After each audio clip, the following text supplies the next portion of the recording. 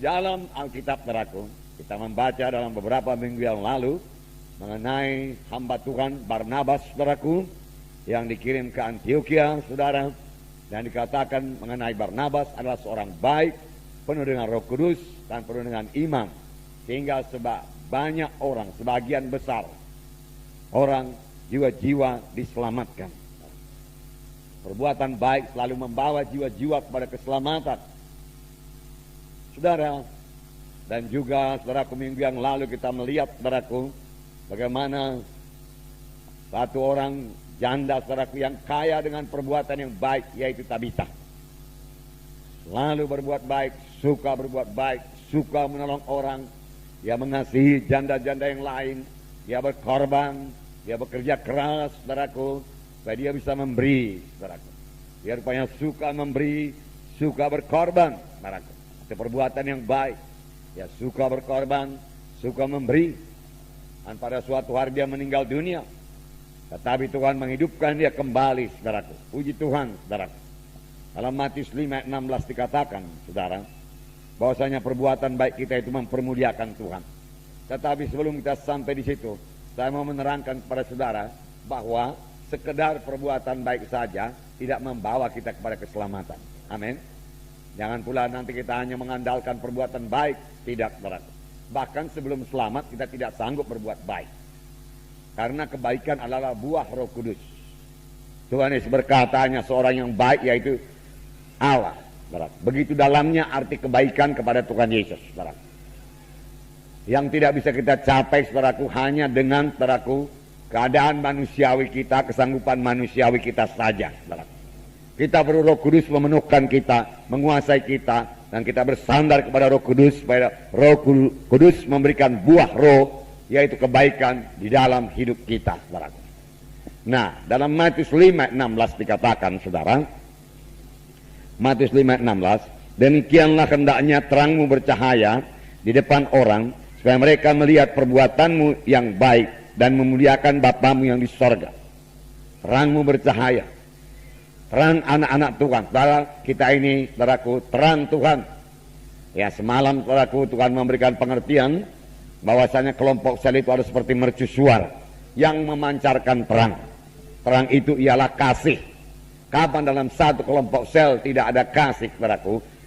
Yang ada hanya mercusuar saja. Satu menara yang tinggi serupa monumen, saudaraku, tetapi tidak memancarkan cahaya apa-apa, tidak ada gunanya. Di waktu malam, saudaraku, kapal-kapal akan lewat, saudaraku, dan kapal-kapal tidak tahu bahwa di situ ada batu karang. Ketabrak juga, saudaraku, dan rusak, boleh jadi tenggelam, saudaraku.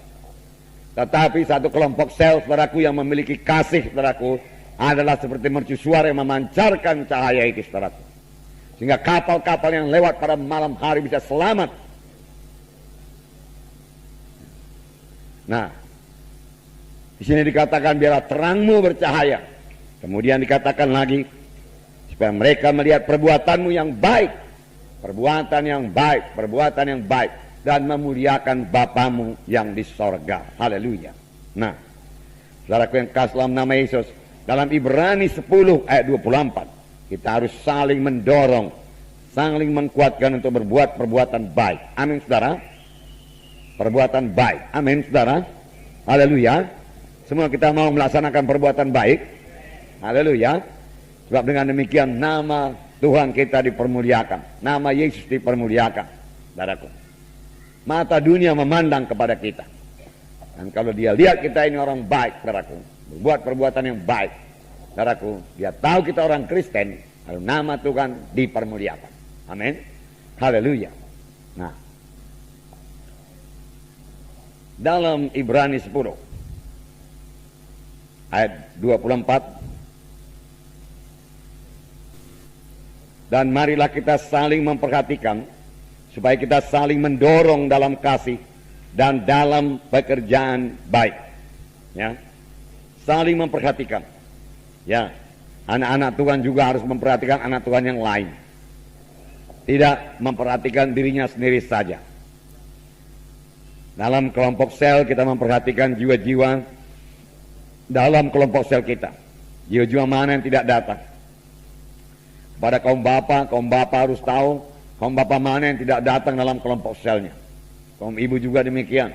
Kaum ibu juga harus mengetahui kaum ibu mana yang tidak datang dalam kelompok selnya. Marilah kita saling memperhatikan.